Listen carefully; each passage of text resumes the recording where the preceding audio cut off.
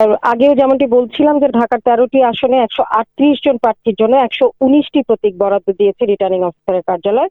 ইতিমধ্যে ঢাকার ১৩টি আসনে দলীয় এবং স্বতন্ত্র সহ অধিকাংশ প্রার্থী প্রতীক পেয়েছেন।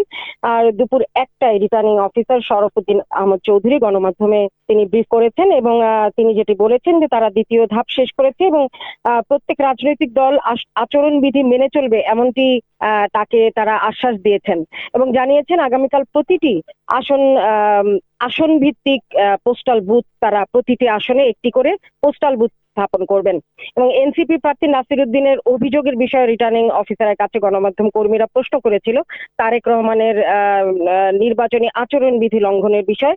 সেটি নিয়ে তিনি জানিয়েছেন যে তারেক রহমানের নির্বাচনী আচরণবিধি লঙ্ঘনে এখনো কেউ কোনো আবেদন ইসিতে করেনি এবং ইসি প্রার্থীদের সর্বোচ্চ গুরুত্ব যে বিষয়টি দিচ্ছে সেটি হচ্ছে প্রার্থীদের নিরাপত্তার বিষয়টি এবং আইন শৃঙ্খলা নিয়ে তারা খুবই সতর্ক অবস্থানেও আছেন তেমনটি তিনি জানিয়েছেন। তো এই ছিল আমার কাছে বলার মতো সর্বশেষ। আর ইতিমধ্যে অনেক প্রার্থীরাই চলে এসেছেন ঢাকার ১৩টি আসনের ১৩৮ জন প্রার্থীদের মধ্যে অধিকাংশই চলে এসেছেন।